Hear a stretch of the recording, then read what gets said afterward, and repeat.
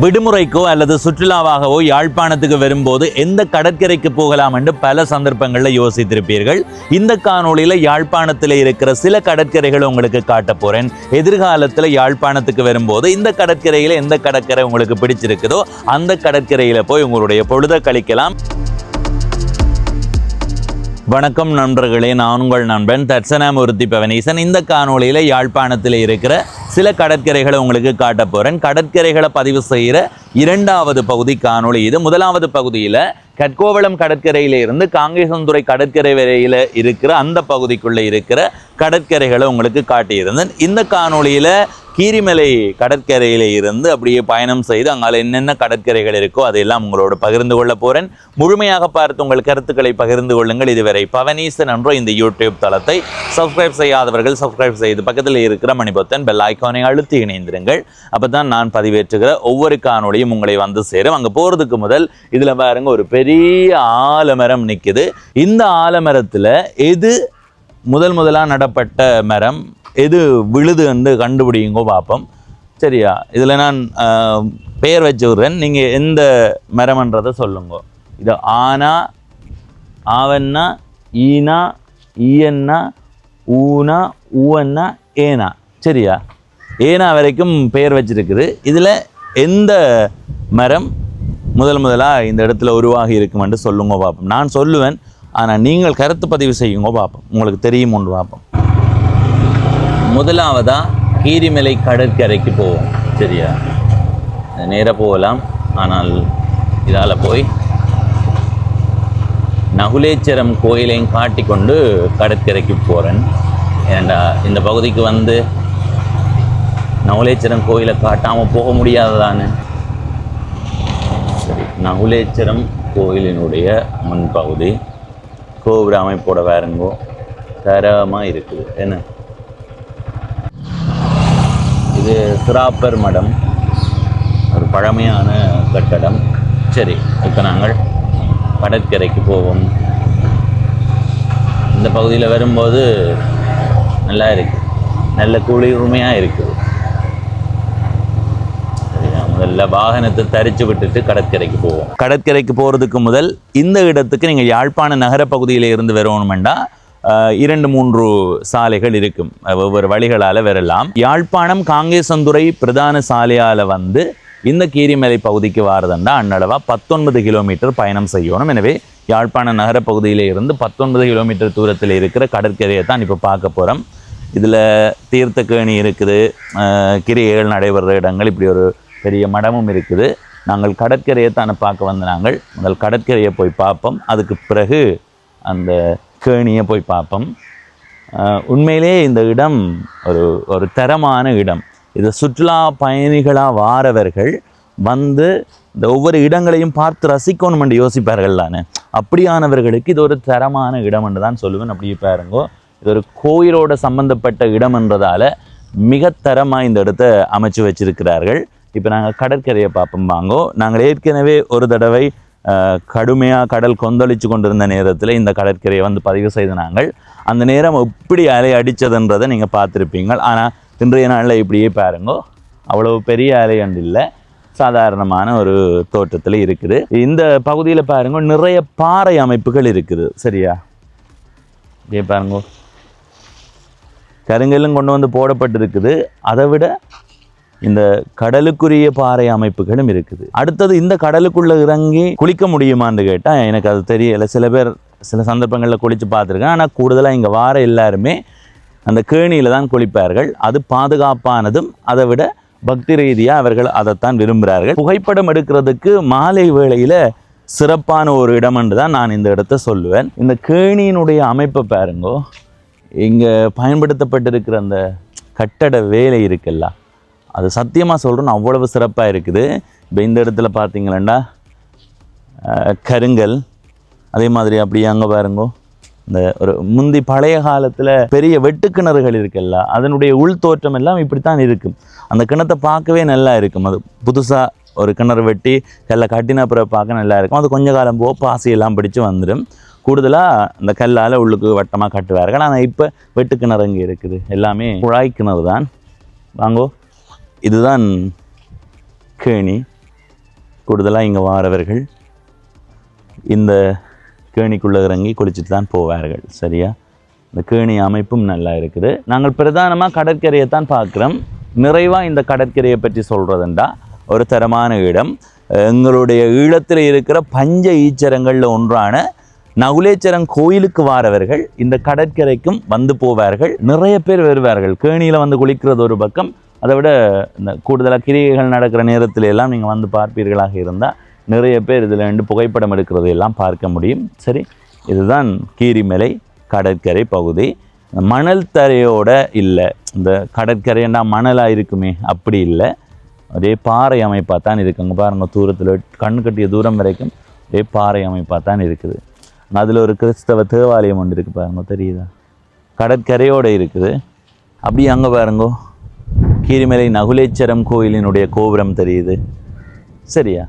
இந்த இடத்துக்கு வந்தால் கடலை பார்த்து ரசிக்கிறதோட ஒரு பக்திமயமான கூடுதலாக வந்து இங்கே குளிச்சுட்டு போனால் பாவங்கள் தீருமன்ற நம்பிக்கையெல்லாம் மக்கள் மத்தியில் இருக்குது. எனவே இது ஒரு விடுமுறைக்கான ஒரு தளமாக இதை பார்க்க முடியாது. இருந்தாலும் வாரவர்கள் இங்கே வந்து போவார்கள். நிறைய சிங்கள மக்கள் இங்கே வந்து இந்த இடத்தை பார்த்து ரசித்து போவார்கள். வெள்ளைக்காரர்கள் வந்து போவார்கள். எனவே அப்படியான இடத்தை தவிர்க்க முடியாது என்பதால் இந்த கடற்கரையை வந்து பதிவு செய்திருக்கிறேன்.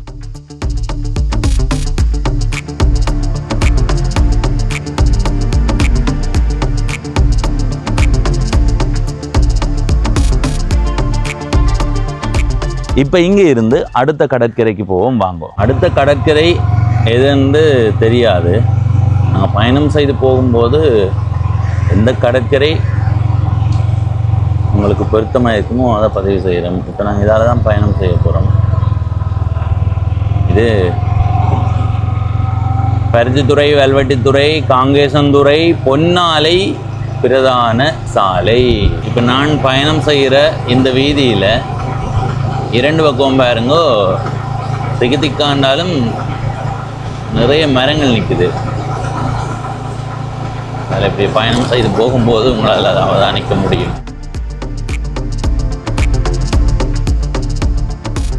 வலப்பக்கம் பாருங்கோ, கடல் தெரியுது. ஆனாலும் இந்த இடமெல்லாம் நாங்கள் நின்று காட்ட தேவையில்லை. ஏனெண்டா சுற்றுலா பயணிகளுக்கு பொருத்தமான கடற்கரைகளை தான் காட்டி கொண்டிருக்கிறோம். அதில் வலப்பக்கம் கடற்படை முகாம் இருக்குது.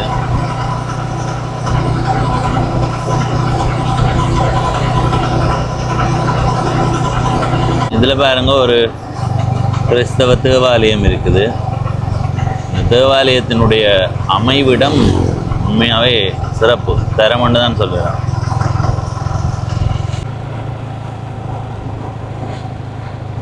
இப்போ நாங்கள் வந்திருக்கிறது ஜம்புகோளப்பட்டினம். இந்த வலப்பக்கம் பாருங்க, ஒரு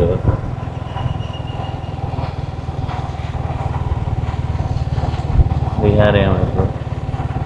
ஜம்புகோளப்பட்டினம் பற்றி தெரியும் தானே.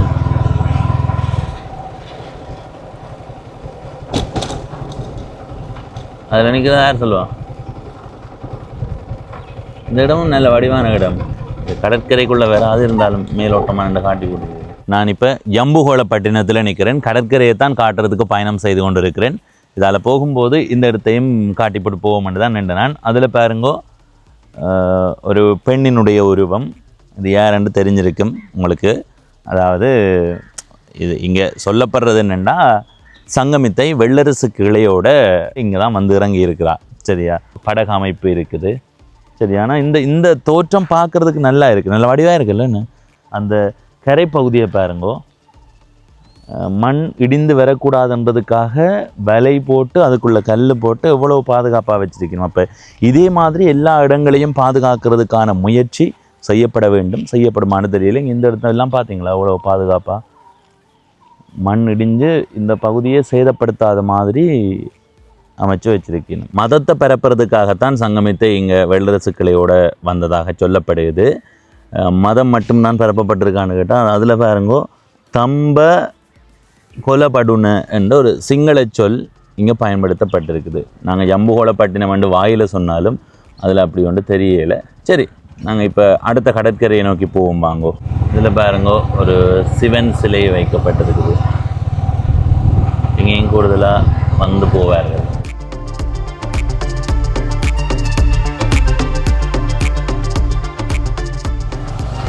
இந்த இடத்த பார்த்தீங்களா எவ்வளவு வடிவாக இருக்குண்டு பாருங்க, எவ்வளவு பனை மரங்கள் நிற்குதுண்டு.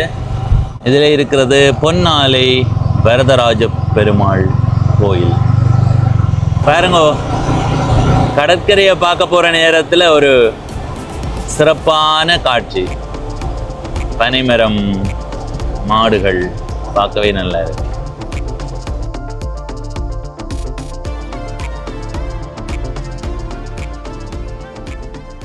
பொன்னாலை சந்திக்கு வந்தாச்சு. இதால் இப்போ வெலை பக்கம் போகணும்.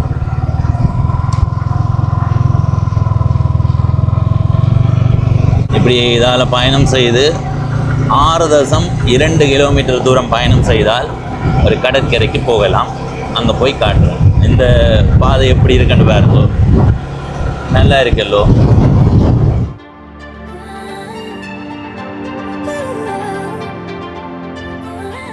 காரைநகர் திண்ணபுரம் சிவன் கோயில், ஈழத்து சிதம்பரம். காரைநகருக்குள்ள நுழைஞ்சிட்டும். கசூரினா சுற்றுலா மையம், காரைநகர் பிரதேச சபை. உள்ள போய் நுழைவுச்சீட்டு எடுத்துக்கொண்டு தான் உள்ளுக்கு போகணும். 2 பக்கமுமே சவுக்கு மரங்கள் நிற்குது பாருங்க.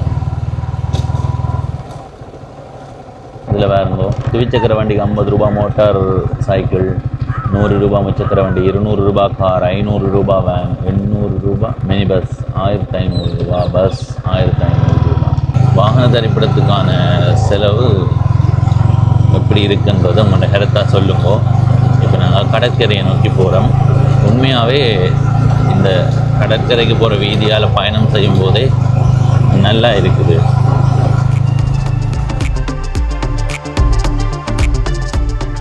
சரி, கடற்கரைக்கு வந்தாச்சு.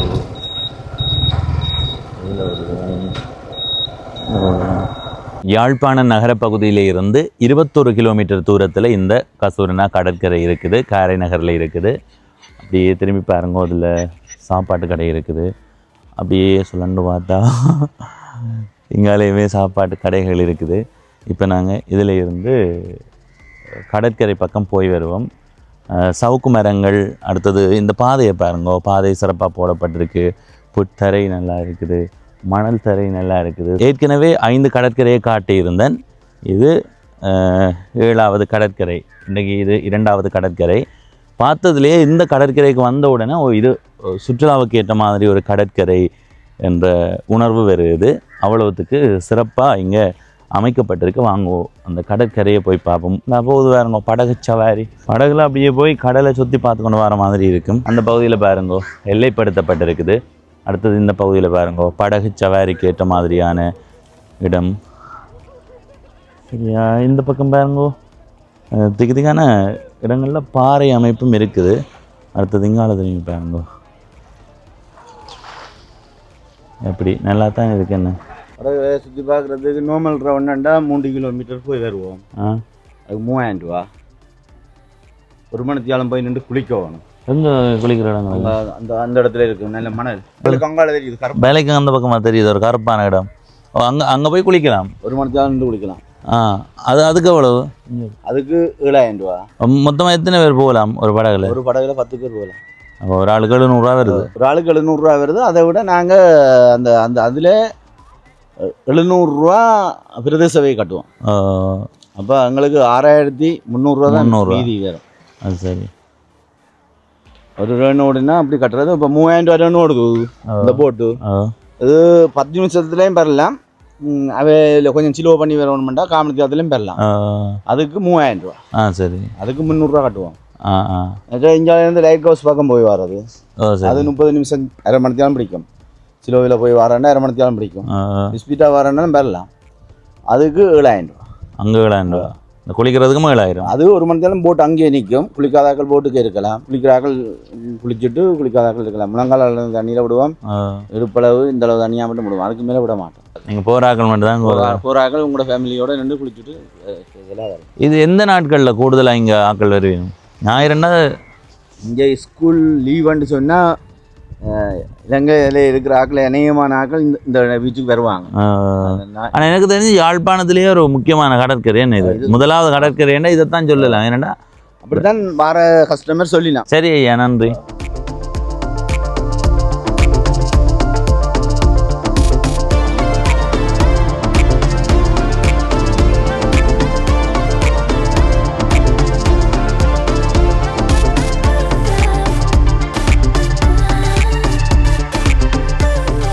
உண்மையாக இந்த கடற்கரை மிகச் சிறப்பாக இருக்குது. இதை இன்னும் வெவ்வேறு வழியில் சிறப்பாக்கணும் என்பது என்னுடைய கருத்து. சுற்றுலா பயணிகளுக்கு ஏற்ற மாதிரி இருக்குது. இப்போ அதை தாண்டி நான் திருகோணமலைக்கு போகும்போது தான் அங்கே நிலாவளி, அலஸ் தோட்டம் போன்ற இடங்களை பார்க்கும்போது அப்படியானதை ஏன் யாழ்ப்பாணத்தில் இந்த கசூர்னா கடற்கரையில் அமைக்கக்கூடாதுன்ற வரைக்கும் நான் யோசிச்சேன். எங்களால் அதை அமைக்க முடியாது. ஆனால் இந்த காரைநகர் என்ற ஊரை சேர்ந்தவர்கள் இந்த பகுதியை இப்போ இரவு வேளையில் வந்து சுற்றுலா பயணிகள் வெளிநாட்டவர்கள் எல்லாம் வந்து தங்கி போகிறதுக்கு ஏற்ற மாதிரியான விடுதிகள் அப்படி ஏதாவது வித்தியாசமாக கொண்டு வந்தால் அது இந்த கடற்கரையை இன்னும் வளர்ச்சி பாதையில் கொண்டு போகும். அதில் எந்த விதமான மாற்று கருத்துமே இல்லை. நிறைய சவுக்கு மரங்கள் நிற்கிறது இந்த கடற்கரைக்கு இன்னும் சிறப்பை கொடுக்குது. உண்மையாக இந்த கடற்கரை ஒரு தரமான கடற்கரை. மாலை வேளையில் இன்னும் சிறப்பாக இருக்குமென்னு நினைக்கிறேன். காலை வேளையில் அதை விட இன்னும் சிறப்பாக இருக்குமென்னு நான் நினைக்கிறேன். இதில் பாருங்க, சுற்றுலா பயணிகள் வந்தால் அவர்கள் இருக்கிறதுக்கு, காதலர்களாக வந்து புகைப்படம் எடுக்கிறதுக்கு ஏற்ற மாதிரியான நிறைய இடம் இருக்குது. சாப்பிட்றதுக்கு ஏற்ற இடம் இருக்குது. அப்படி நல்லா இருக்குது. என்னை பொறுத்த வரைக்கும் இந்த கடற்கரை ஆண்டு இன்னும் பல விடுதிகள், சுற்றுலா அந்த ஹபானா மாதிரியான அமைப்பில் வெளிநாட்டிலேருந்து வாரவர்கள் வந்து தங்கி நின்று போகிற மாதிரியான இடமாக மாற்றலாம். ஏனெண்டா யாழ்ப்பாணத்துக்கு வெள்ளைக்காரர்களும் பல பேர் வாரவர்கள். அப்போ அவர்களுக்கு அப்படியான ஒரு இடச்சூழலில் ஒரு நாள் பொழுதை கழிக்கிறது மிகப்பெரிய மகிழ்ச்சியை கொடுக்கும். எல்லா நாட்கள்லேயுமே அது வருமானத்தை தந்து கொண்டு இருக்குமென்று இல்லை. நிலாவளிக்கு போன நேரத்தில் அங்கே அவர்கள் சொன்னது 6ஆம் மாதம் 4ஆம் மாதத்துக்கு பிறகுல இருந்து 10ஆம் மாதம் வரைக்கும் வெளிநாட்டு சுற்றுலா பயணிகள் வருவார்கள். அந்த நேரம் விடுதிகளினுடைய வாடகையெல்லாம் அதிகரித்திருக்கும் அந்த வரைக்கும் சொல்வார்கள். அதே மாதிரி இந்த இடத்தை மாற்றினா நல்ல. ஏன்னா ஒரு தரமான கடற்கரை அமைப்பு என்ன பாருங்க இப்படி இருக்குண்டு. இன்னும் நிறைய இந்த கடற்கரையை பற்றி சொல்லலாம். ஆனால் வந்து நண்பர்களாக பொழுதுபோக்கணும். என்னடா நாங்கள் தனியாக வந்து இந்த காணொலி பதிவுக்கு வந்து நிற்க எங்களுக்கு என்னடா அந்த மாதிரி அடுத்த கடற்கரையை இப்போ போய் பதிவு செய்து முடிப்போம் என்ற மாதிரி இருக்கும். ஆனால் நண்பர்களோடு வரும்போது வந்து குளித்து இதில் இருந்து சாப்பிட்டு அந்த மாதிரி பொழுது கடத்தி போகும்போது அது இன்னும் வித்தியாசமான மகிழ்ச்சியை கொடுக்கும். இப்போ இதில் எல்லாம் பாருங்க, இதில் படுத்திருந்தபடியே கடலை பார்த்து ரசித்து கொண்டு இருக்கலாம். இந்த நிலாவளி, அலஸ் தோட்டம் போன்ற கடற்கரைகளுக்கு போனால் இதே இதுதான். இப்படி இருந்து கடற்கரையை ரசித்து கொண்டு இருப்பினும் ஏன்னா இது உண்மையாக இதில் இருக்கவே நல்லா இருக்குது. நல்ல குளிர்மையாக இருக்குது. வெளியில் வெயிலண்டா சொல்லி வேலை இல்லை. ஆனால் உள்ளுக்கு வந்த உடனே சுத்த வர சவுக்கு மரமும் அதை விட மேலே கூரை அமைப்பும் குளிர்மையை கொடுக்குது. நிழலுக்குள்ளே இருந்தால் குளிர்மை தான் இருக்குமென்றது தெரியும். ஆனால் கடற்கரையை வெறுமனவே மணல் தரையாக விடாமல் இப்படி அதுக்கேற்ற சூழலுக்கு மாற்றி இருப்பது என்பது வரவேற்கப்பட வேண்டியது. உண்மையாக வெளிநாடுகளில் வாழ்கிற அல்லது உள்நாடுகளில் வாழ்கிற பணபலம் படைத்தவர்கள் என்னை பொறுத்த வரைக்கும் உண்மையிலேயே இதை இன்னும் சிறப்பாக்கி கொண்டு போனால் பெரிய அளவில் சுற்றுலா பயணிகள் இங்கே வந்து போகிறதுக்கு இன்னும் அதிகமான வாய்ப்பு இருக்குது. சரி, இனி அடுத்த கடற்கரையை நோக்கி போவோம். அது எந்த கடற்கரைன்னு எனக்கு தெரியலை. இனி நாங்கள் காரைநகர்லேருந்து வெளியில் போனால் தான் அடுத்த கடற்கரைக்கே போகலாம். அடுத்த கடற்கரைக்கு போகிறதுக்கு முதல் இந்த பக்கம் இந்த பனைமரங்கள் நிறைய இருக்கிற இடத்திற்கா பார்த்து கொண்டு வருவோம்.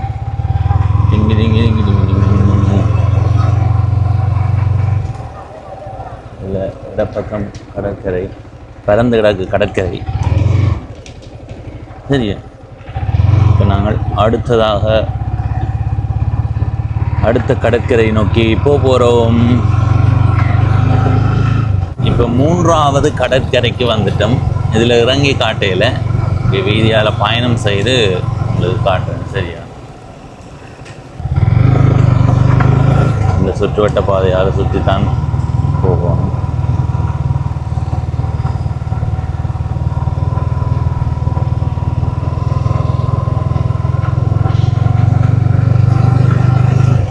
வேலை பக்கம் பார்த்து கொண்டு வாங்கோ. இது பண்ணை கடற்கரை அல்லது பண்ணை பூங்கா. இப்போ இப்படி இருக்குல்ல, 6 மணிக்கு பிறகு வந்து பாருங்கோ, 5:30க்கு பிறகு வந்து பாருங்கோ இப்படி இருக்கு.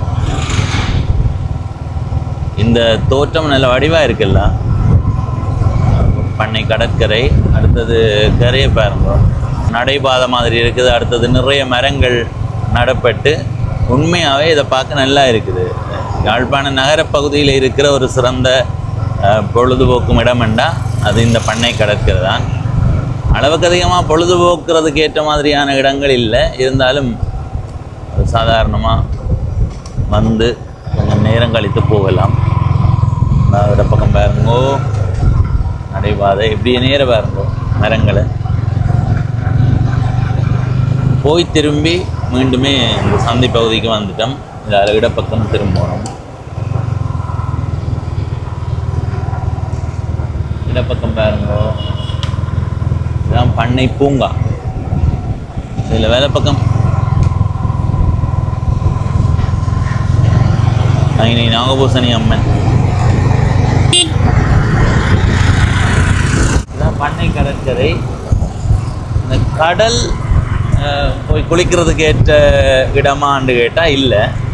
ஆனால் மாலை வேளையில் நிறைய பேர் வந்து நடைப்பயிற்சி செய்கிறவர்கள் இந்த பண்ணை கடற்கரைக்கு வந்து அந்த பொழுதுபோக்கி செல்பவர்கள் நிறைய பேர் என்று சொல்லலாம். இந்த பாருங்க, இதில் இந்த படகு சவாரி போகிறதுக்கான படகுகள் தயார் நிலையில் நிற்குது. சரி, அப்படியே கடலை பாருங்கோ. முக்கியமாக சொல்லணும், இது கடல் நீர் ஏரி. சரி, இனி இப்படியே பயணம் செய்து அடுத்ததாக இன்னொரு கடற்கரைக்கு போக போகிறோம். அது எந்த கடற்கரைன்னு சொல்லுங்க பார்ப்போம்.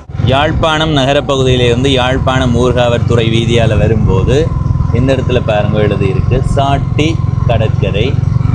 இதில் வர சந்தியால் இடப்பக்கம் திரும்பி 2.4 கிலோமீட்டர் தான். என்ன 2.4 கிலோமீட்டர் பயணம் செய்வோம். நாங்கள் இப்போ கடற்கரையை நெருங்கி விட்டோம்.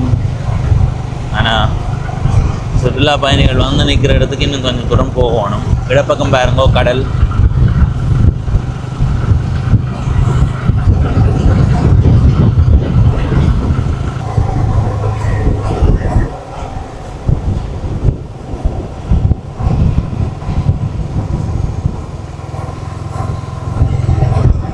கடற்கரைக்கு வந்தாச்சு. இதில் பாருங்கோ ஒரு பள்ளி வாசல் இருக்குது. பக்கம் இதில் ஒரு ப்ரோக்ராம் இருக்குது. அது என்ன சொல்லுங்க.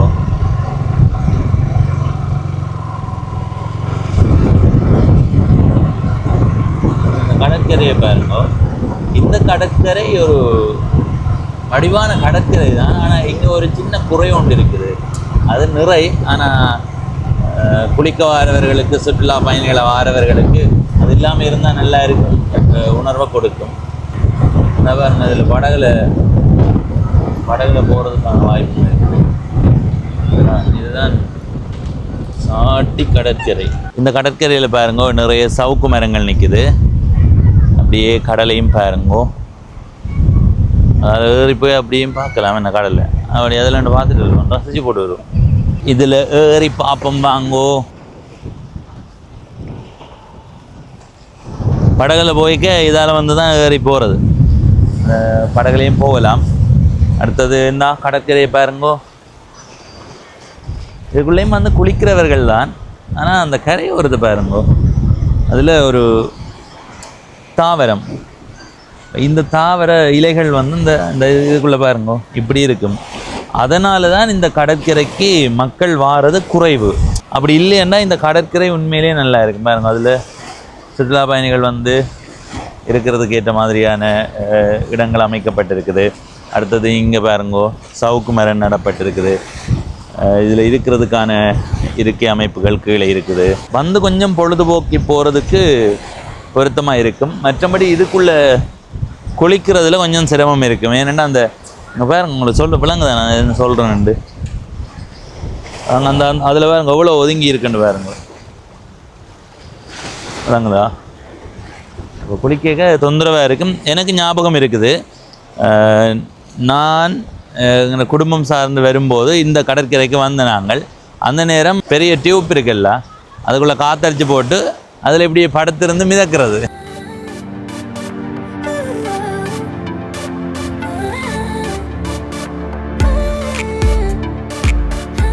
யாழ்ப்பாணம் நகர பகுதியில் இருந்து அன்னளவாக 14 கிலோமீட்டர் தூரத்தில் இந்த சாட்டி கடற்கரை இருக்குது. இந்த கடற்கரைக்கும் நிறைய சுற்றுலா பயணிகள் வருவார்கள். எனக்கு ஞாபகம் இருக்குது, ஒரு தடவை இந்த கடலுக்குள்ளால போய் இடையில ஒரு இடத்துல இறங்கி நீந்தின ஞாபகம் இருக்குது. நான் அந்த ஆண்டு நீந்தலை என்று நினைக்கிறேன். ஆனால் சில நண்பர்கள் நீந்தி இருந்தார்கள். கரைப்பகுதி இப்படி இருக்குது. இந்த படகுல போய் அந்த பகுதியில் நீந்துறேன்னா ஓரளவு சரியா இருக்கும் என்று நான் நினைக்கிறேன். இப்போ இந்த வீதியால் அங்கே வரைக்கும் போய் திரும்ப வர போகிறேன்.